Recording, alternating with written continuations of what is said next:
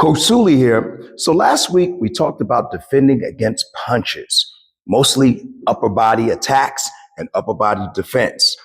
This week we're going to be talking about defending against kicks. So we're going to start all the way from the bottom and work ourselves up to the midsection. Let's get into it.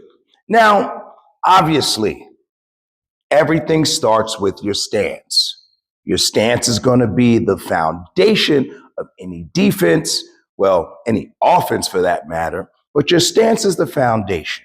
You're not going to be able to do any of these defenses that we're talking about without a proper stance. Now, one thing to note when we're talking about defending leg kicks, because that's where we're starting at the bottom, we want, in our stance, we want that front foot to, for the most part, be facing our opponent.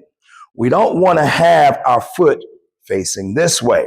It's going to completely mess up any type of leg checking that you, any type of kick checking that you are going to try to do in defense. So that's the starting point. In our stance, foot facing, for the most part, it doesn't have to be symmetrically straight, but it has to be facing our opponent.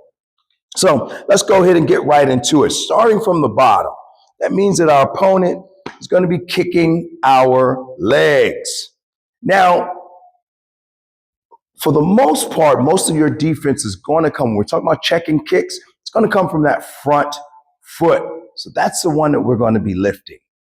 We need to make sure that we don't have too much weight on the front foot because we're not going to be able to lift that foot up in time to check the kick. So checking the kick coming this way. All we're going to do is lift the leg up, point it toward the kick. Now, a couple things to note. We want the bend in our knee to be greater than 90 degrees. If it is smaller than 90 degrees, that means if I lift it up like this, the kick is just going to go through that leg and hit the back leg, the leg behind it. So we want that knee to be, the bend in the knee to be greater than 90 degrees. We also want to point our toes up. What that does is that tenses those shin muscles so you can absorb the kick. So again, the kick's coming this way to our legs, keeping our hands up, obviously. We lift the leg, boom, we point it out that way. Now, if the kick is coming this way, we just do the opposite.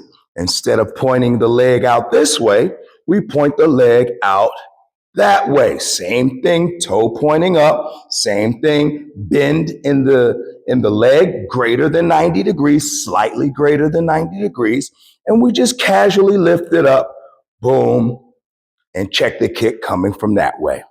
Now, sometimes the kick comes and you miss the ball. You see it coming, you don't have enough time to lift up your leg, and you decide that you're just gonna eat the kick. Now, you don't wanna make a habit of this, but sometimes you have to eat kicks. If you are going to eat the kick, what you need to do, and that's a kick coming to your thigh, is just put the weight on that front leg and let the kick hit. What happens when you do that is that muscle gets tight and the kick kind of ricochets up, kind of like that.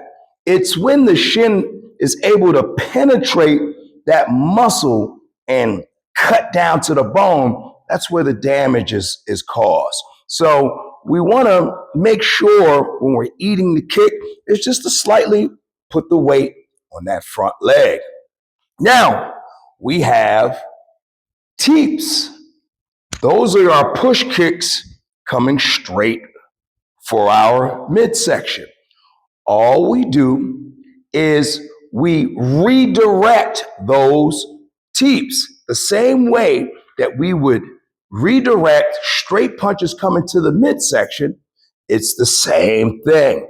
I'm taking my forearm and I'm not trying to block with force. Again, I'm just redirecting, and we always want to redirect to the outside. So if this is my right hand, this is my left hand, my opponent's right kick, I'm going to block or redirect with my left forearm, boom, slightly past the middle, pushing it so that kick passes that way.